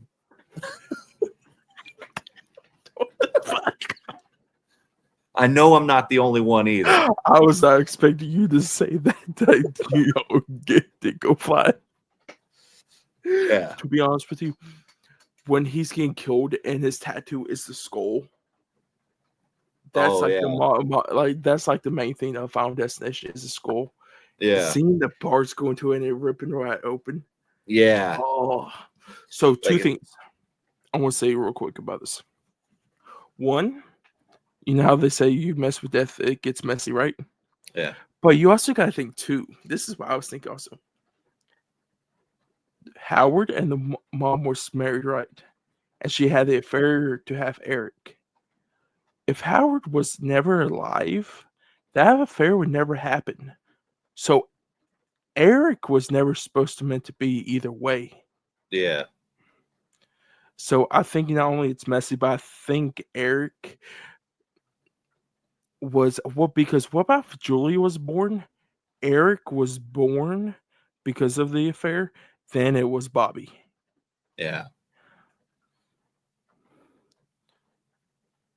yeah. Because I mean, let's be maybe. You could also throw in that when they say when he said, if you fuck with death, it tends to get messy.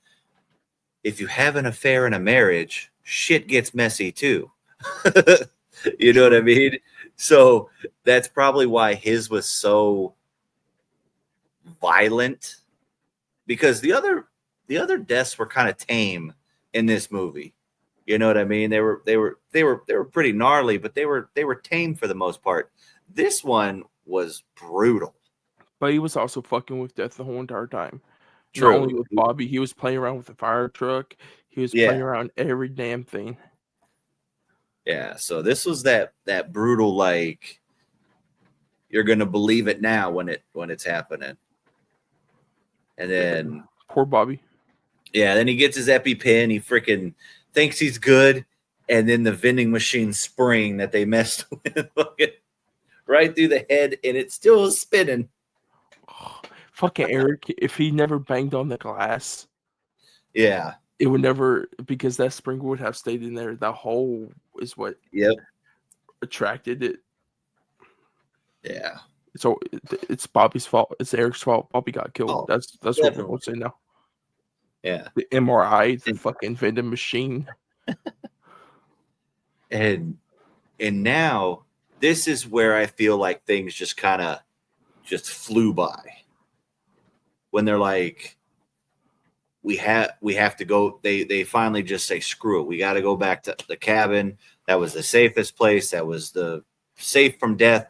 And they decide that the last person really in the bloodline is her mom.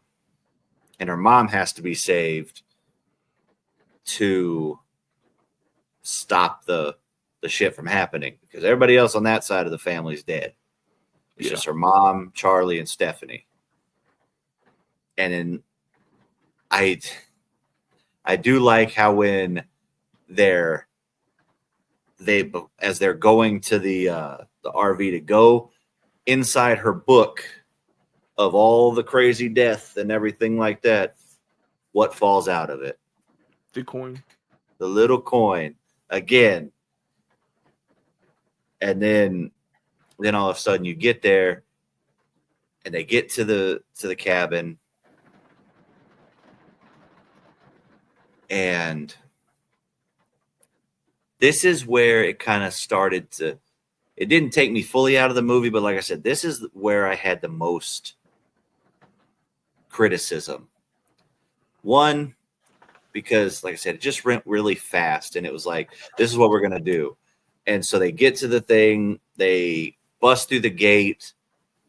Stephanie's seatbelt gets broken, so she can't get out of the car. So Charlie and her mom go to try to get her in the freaking thing. And then what blew up? I can't remember. Transformer. Yeah. So Death was already trying to make the move to stop her from getting into the cabin. And then that transformer blew up. She was fucked up. And you get this like touching moment where, because Charlie didn't really know his mom, because she left so young, and they had this like little sweet moment as far as, go get your sister and you get inside, that type of thing. And then that fucking light just smashed the living shit out of the mom. Then he goes. He goes save Stephanie, right? Yeah, because the RV flips over and it's like in the freaking pond or whatever the hell it was, the water, and she, drowns.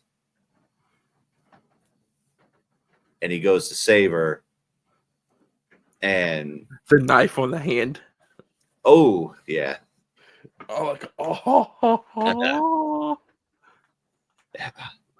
and you see Stephanie, like her POV kind of just goes all black, and then next thing you know, she's spitting up water, and she comes back, and Charlie saved her,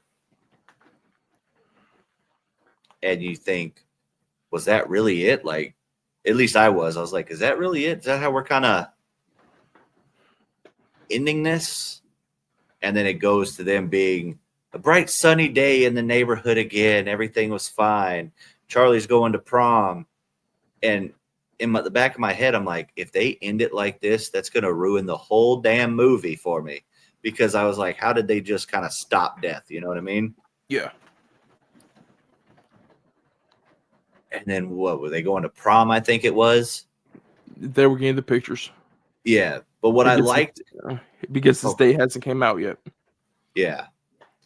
And so they're in the little like cookie cutter neighborhood, and all of a sudden you see the red car come across the train tracks behind them, and you're like, oh shit, we're not done yet. Something's going to happen right now. Because from the red car from the beginning of the movie that crossed the train tracks, they cross the train tracks again, and there you see Stephanie and Charlie and everybody. And then the lady who picked up the coin in the fucking hospital parking lot is walking to go to a lemonade stand. Coin rolls, and here's where you have to suspend reality. How the hell is that damn coin going to stop a train track from fucking switching over? I don't have no clue. That's the strongest coin ever.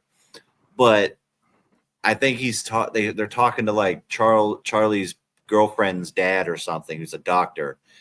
And, they talk about how she was drowning and, she lost consciousness. She died and he brought her back. And of course he has to say, well, you didn't die. And they both look at each other. He's like, yeah, you just lost consciousness and he brought you back. You didn't die, though. You didn't flatline.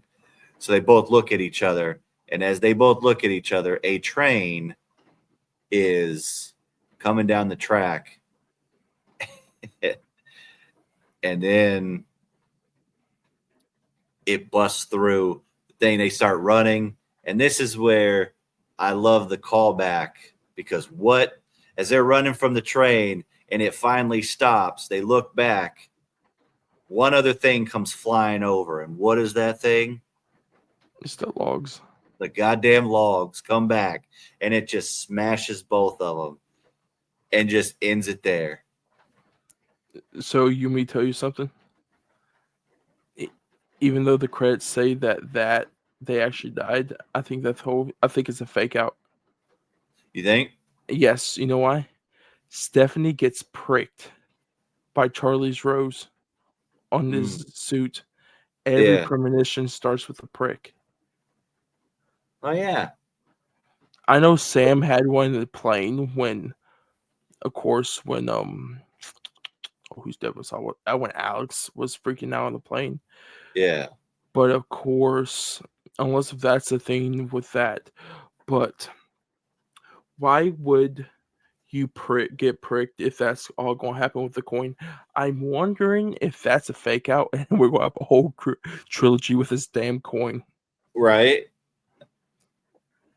Yeah, I don't know. That's because it would start out perfect. Because one, you're affected now with Stephanie and Charlie again. Their dad's involved. Yeah. The whole entire group of the prom people were involved. Yeah. And Did if you that have? took, and we don't know if it took out the older woman, the girls from the lemonade stand. Yeah. It's funny that a little coin, a penny or whatever, basically started this whole thing. And I liked how they wrapped it up with that coin, started ending it. You know what I mean? Like I said, I thought this one was a very fresh take on it because you get a lot of callbacks to the original couple movies, and then it just how they did it. I felt it was very, I don't want to say new because it's not new, but it's a very fresh take on what we've seen before with these films. True. And I still think it's a premonition. I think it's a fake out. I think they're going to start seventh one with this.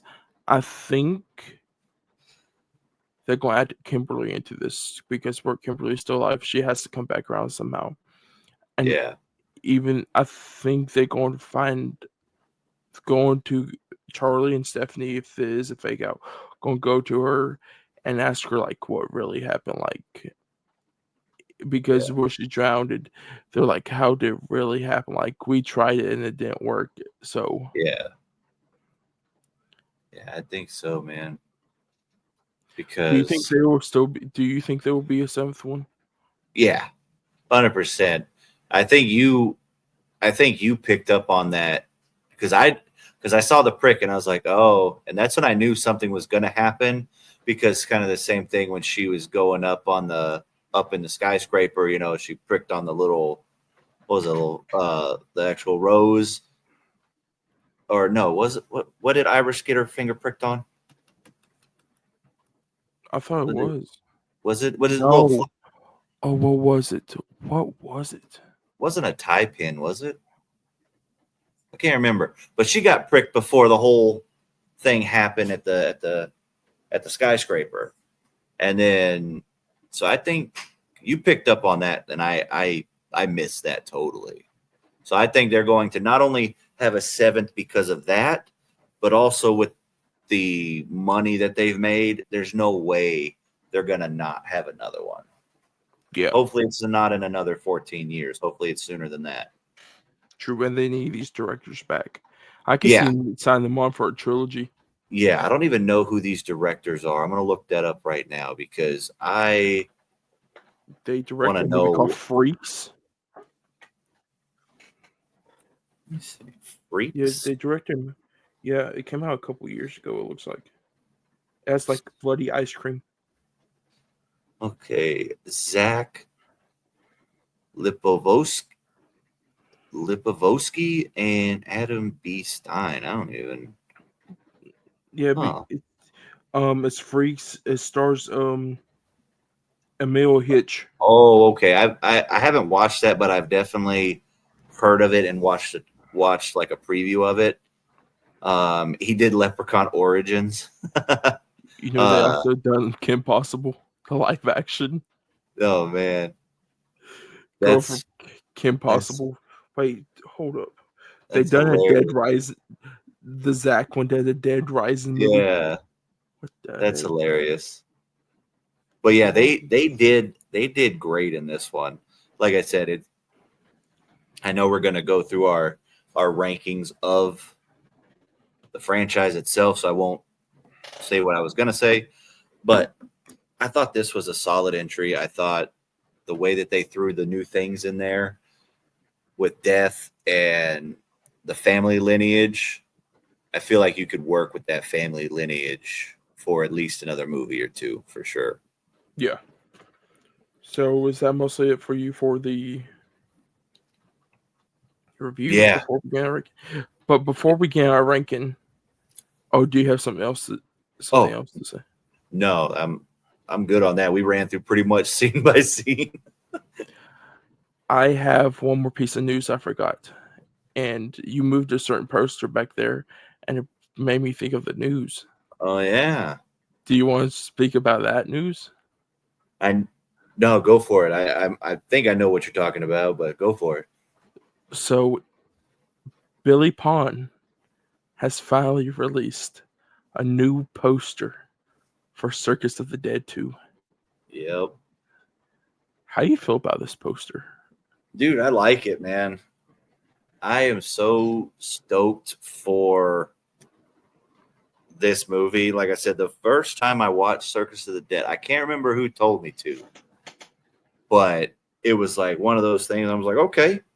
And I watched it and I was like, what in the fuck? And now I just want more.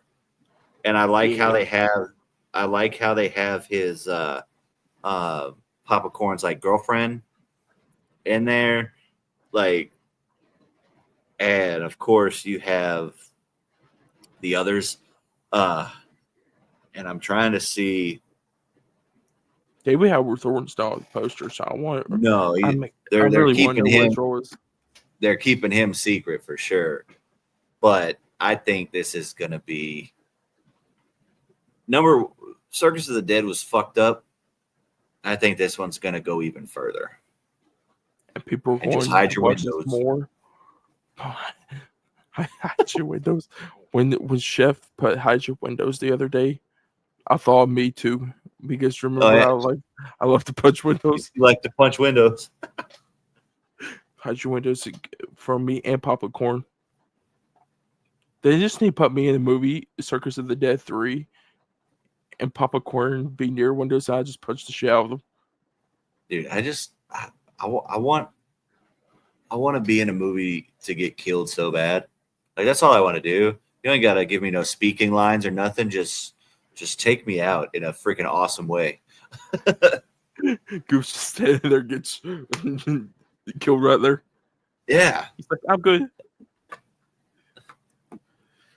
But with that being said, let's go into our rankings of the Final Destination franchise. So we will zigzag back and forward. You said you already got your ranking ready, right? Yeah. So let me pull mine up real quick. I have kept mine private on Letterboxd till this. So, Goobs, I'll let you go first. What is your number 6? My number 6 is actually the Final Destination. Number 4. The fourth one. My number 6 is the Final Destination. To be honest, this movie started. The 3D got me off a little bit. Yeah, it's just by Shinedown hit with a NASCAR. I'm like, what the fuck is everybody talking? I'm like, this is actually pretty good. Then it got worse and worse and worse as soon as I watched it. Yep. The CGI, the dialogue, the fucking racist dude out of nowhere that should never been in the movie. Yeah, like I don't know who threw that one together, but it just the only kill that I like from that, or the only part that I liked from that, is when the lady gets the freaking rock through her eyeball from the fucking lawnmower, from the kids throwing the rocks and shit, and then he runs it over, and it just, that part was cool. I like that.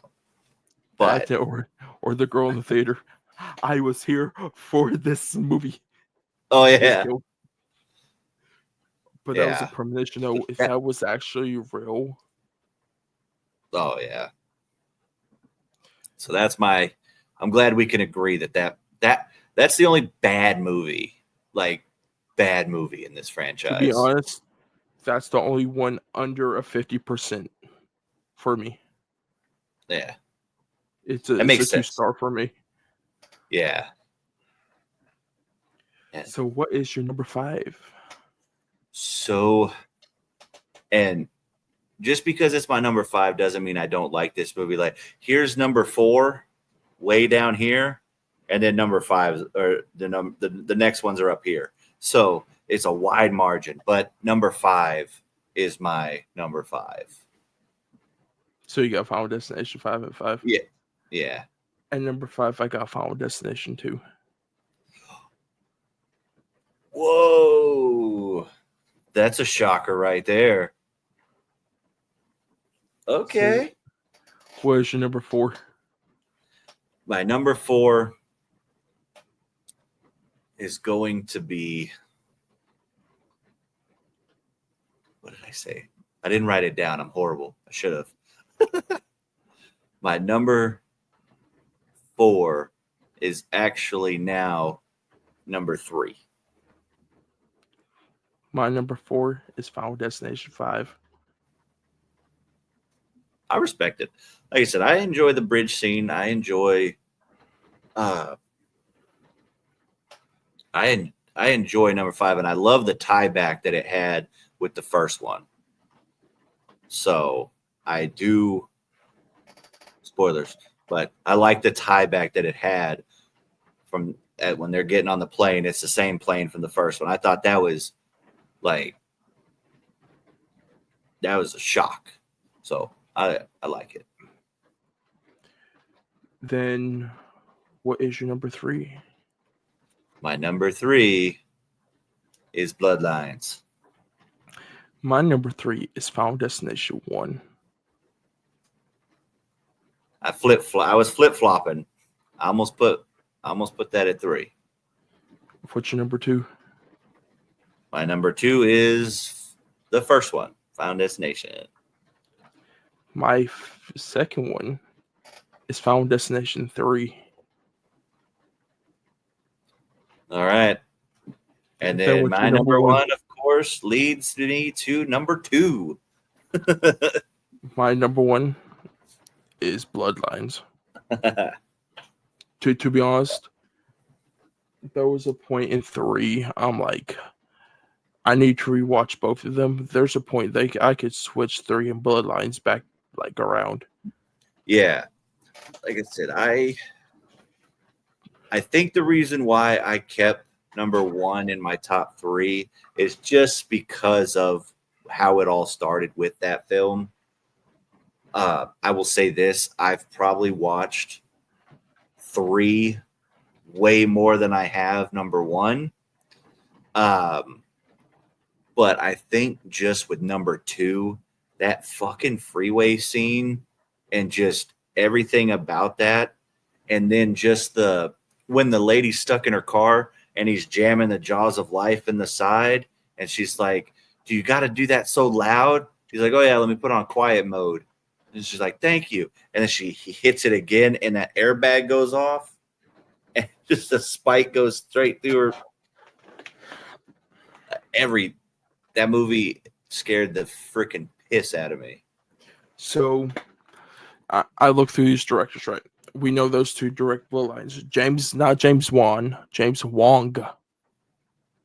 directs Final Destination 3. Okay.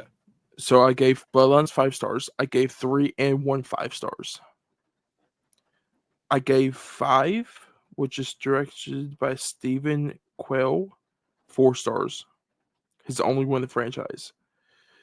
Number 2 and number 4. Rest in peace to David R.L. Ellis, which I just found this out yesterday that he passed away back in 2013. Oh, damn. I gave 4 stars to number 2 and 2 stars to number 4. That's a ton twist right there. I'm gonna explain to you why I gave 4 stars to number 2 and why it's so low. 1, I didn't like most of these characters at all. The only ones, probably Kimberly. I don't know if I even like the cop. Some of the dialogue is rough. Yeah. When she whispers in his ear, "Get Kalargian," I'm like, what the fuck? Because I've seen this twice.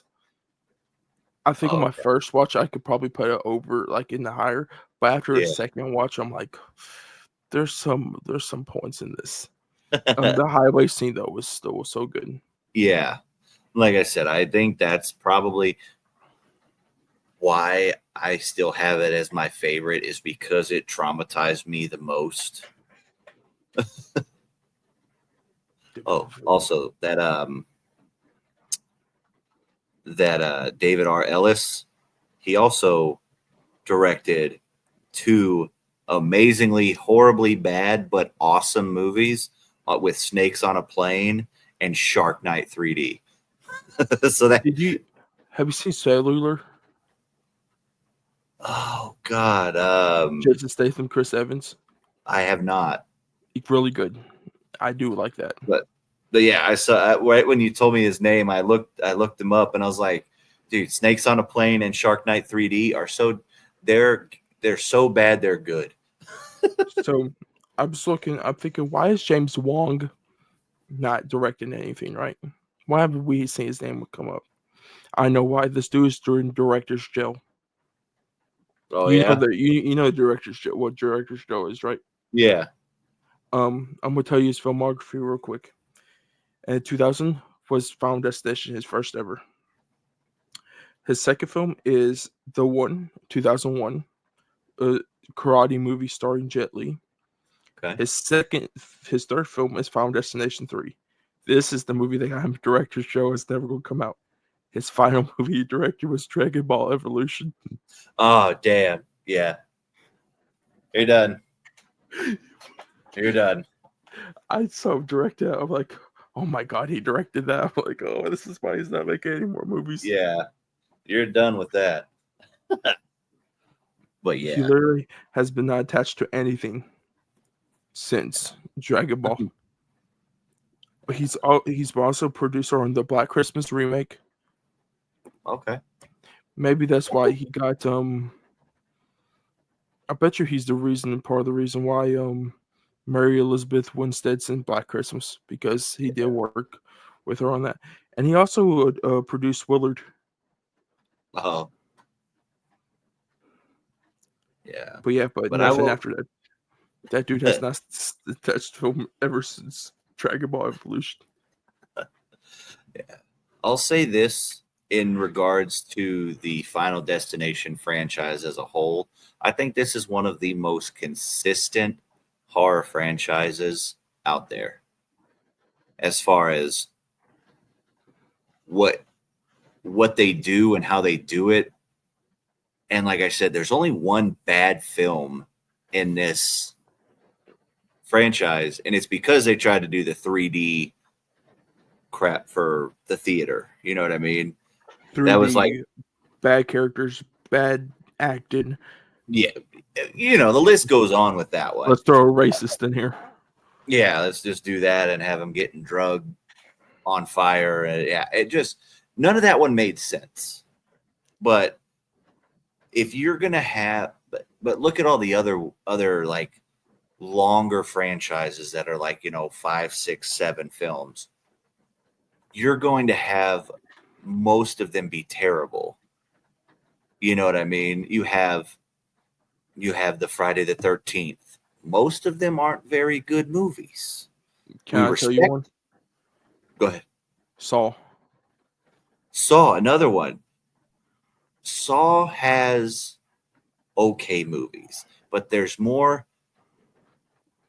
movies than there are fantastic movies. You know what I mean? like, So I love the Saw franchise, but I can say that there's not good movies in there. Yeah. Like Halloween, I love the Halloween franchise, but there is not good movies in that franchise. Yeah. And I love the Scream franchise, but there's some that aren't good. You know what's one franchise that is always consistent? No bad movie. Hatchet. Oh yeah. Yeah, that one. But as far as the horror films, like I said, this franchise as a whole, definitely one of the top. As far as consistency, as far as enjoyability, rewatchability, and it's good. Hell yeah. So is that it for you, Goops? Yeah, man. So, guys, that is the end of this week's episode. If you guys like this episode, hit that like button on the video version on YouTube. Let us know down in the comments what you guys think of Final Destination, the franchise, or Final Destination Bloodlines. If you guys want to stay with us, hit that subscribe button, turn on the bell notification. It will tell you guys when we post episodes.